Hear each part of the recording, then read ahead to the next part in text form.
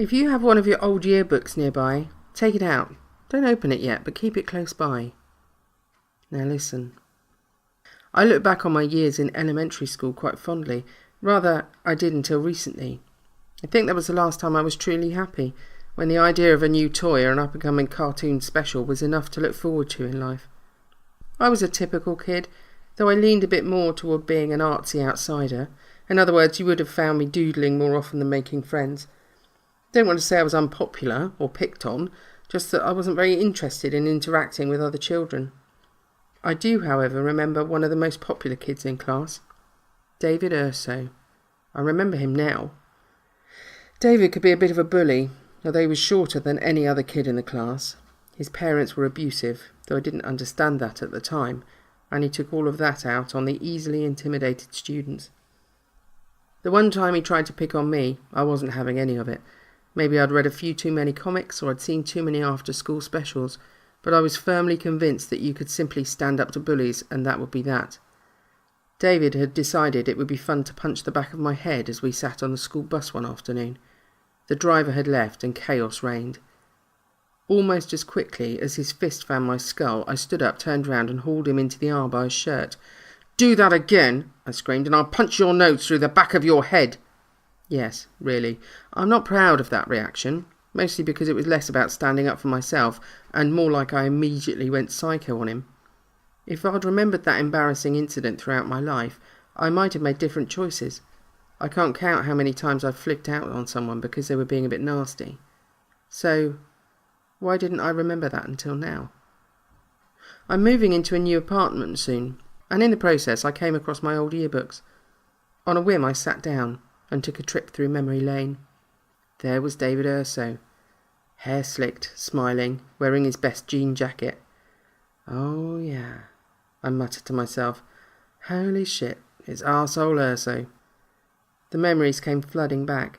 The time he put someone's art project under their own school chair so it tore when they sat down.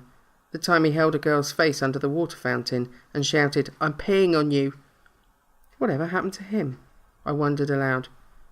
Then something else came back to me. It was a day like any other in Mrs. Watts's class. Boredom and desperation, as a teacher had been beaten down by life, droned on and on, about facts none of us would remember by the bell's ring. Then, something special. "Well, I told you last week we'd have a guest today," Mrs. Watts reminded us. "I'm going to pass your stranger danger reports back to you now." We'd written out a few paragraphs on how we'd react to a stranger propositioning us in various ways, and I'm sure all of us had completely forgotten we'd done it. The wrinkled lined pages were handed back, and I read my report as if it were new to me. "If a stranger offered me candy," I'd written, "I would tell him to eat it instead." A reasonable option, I suppose. Once we'd all had a chance to review our own materials, Mrs. Watts opened the classroom door and let someone in. A lithe, tall man in a full purple bodysuit came prancing into the room like some sort of foppish cartoon villain.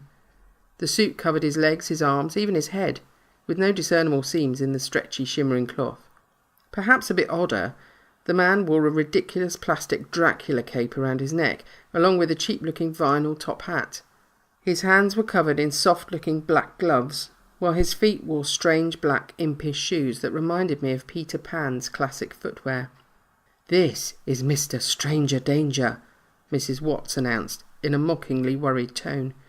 We'd never heard her fake interest before, and it was the most disturbing factor of all. Mr. Stranger Danger, the purple man, hunched forward and wiggled his fingers as he surveyed the class, as if he were a starving old-timey hobo looking through the window of a butcher shop. "Ho, ho, ho, who wants a go?" he sang, in a high yet rough voice. We all laughed at the sight. Mrs. Watts might as well have hired a clown. "Ho, ho, ho," Mr. Stranger Danger repeated as he started to move between the desks. He brushed a hand against one child's hair and tugged at the sleeve of another. All the while he remained hunched, fingers waggling, purple hooded non-face, turning from one child to another.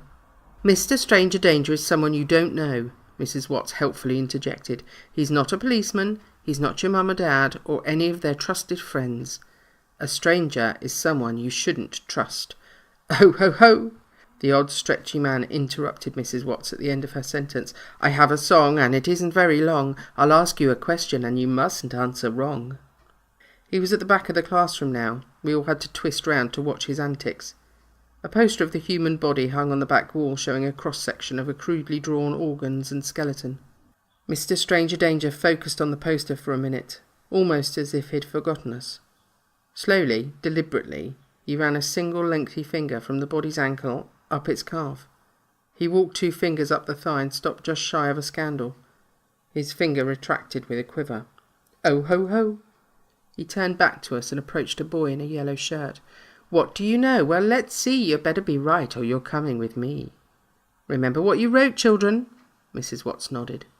Mr. Stranger Danger put his hands on the yellow shirt boy's shoulders and rubbed them a bit. "Puppies, kittens, mice and birds, I'll coax you with my friendly words. I've lost my doggy. Where could he be? We'll look for him. Come search with me." The boy in the yellow shirt seemed to turn a bit red. He clearly didn't like being the first one on the spot.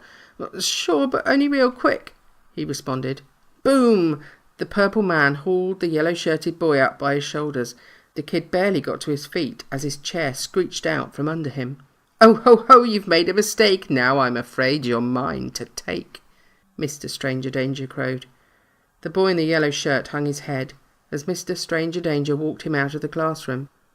The rest of us whispered and laughed to ourselves until Mrs. Watts cracked a ruler on her desk. Within moments the odd man was back. He stopped at the head of the class and stroked his chin. After thrusting a digit into the air, as if he'd just had an idea, Mr. Stranger Danger shimmied over to a little girl with a ponytail and glasses. Mr. Stranger Danger held the girl's hands as she looked down in shock. Then he slid his hands up her arms and held her shoulders, fingers beneath cloth. "Your mummy sent me, I swear it's true. She's hurt and wants to be with you. She's in the hospital, hurt in bed. Come quick, come quick. She may be dead." "What?" the little girl squeaked, her brow furrowing. She clearly didn't understand the game. "Mom, my mum? Really?" "Ho, ho, ho, you've made a mistake. Now I'm afraid you're mine to take." Mr. Stranger Danger excitedly whipped his head left and right, moving so fast you'd expect it to fly off. He pulled the little girl up by her shoulders and dragged her across her desk before her feet awkwardly met the floor. Seeing this, Mrs. Watts stood from her desk and looked at the girl's fearful expression. As if sensing the growing concern behind him, Mr. Stranger Danger belted out another rhyme. "Relax, recline, I swear she's fine. She'll love this game of mine. Good, okay, do as I say. I only want to play." Mrs. Watts seated herself again, although a look of scepticism was now slowly overtaking her haggard face. The rest of us exchanged self-satisfied glances as Mr. Stranger Danger led the girl out of the classroom and into the hall. There she would join the yellow-shirted boy in his failure. "I hope he comes to me," whispered a kid next to me. "I know what to say and I'll never go near a stupid stranger." Again, within seconds, Mr. Stranger Danger popped back into the room. There was a certain spring in his step now that seemed to go with him getting his way. In the anticipatory silence, a quiet half-whispered comment rose from the back of the room. "Fruit." Some of the kids gasped, but the sound hadn't seemed to reach Mrs. Watts's ears. The unmistakable sound of David Urso's mocking voice. The comment was not lost, however, to the strange guest who'd come to visit. He cocked his head to the side with a snap, and then very slowly raised one hand to his ear, cupping it as if to hear better. I looked back to see Urso frozen in his seat. He knew now he'd be in trouble with the adults. Mr. Stranger Danger did a weird sort of jiggling swim motion through all the rows of children. He moved quickly, wiggling back and forth like mad, yet he still seemed to cross the room in slow motion. He stopped at David and began stroking the boy's hair, mussing it up. "Candy suckers, sticky sweets, chewing gum and tasty eats. I have a bag or two, you'll see. You can try it all for free." Silently, I cursed my rotten luck. David got the question I'd been ready for, and now I wouldn't get to stun the class with my genius "you eat it" response. Seeing that my chance was gone, I instead focused on hoping David Urso would botch the answer. Instead, he was silent. No good answer, no bad one. "It's rude to sit there cold and still." Mr. Stranger Danger roughed David's hair a bit harder, making his head wobble. "Answer, please, if you will." "I don't want to play this," David muttered, his eyes wide and staring forward. He'd suddenly gone very pale.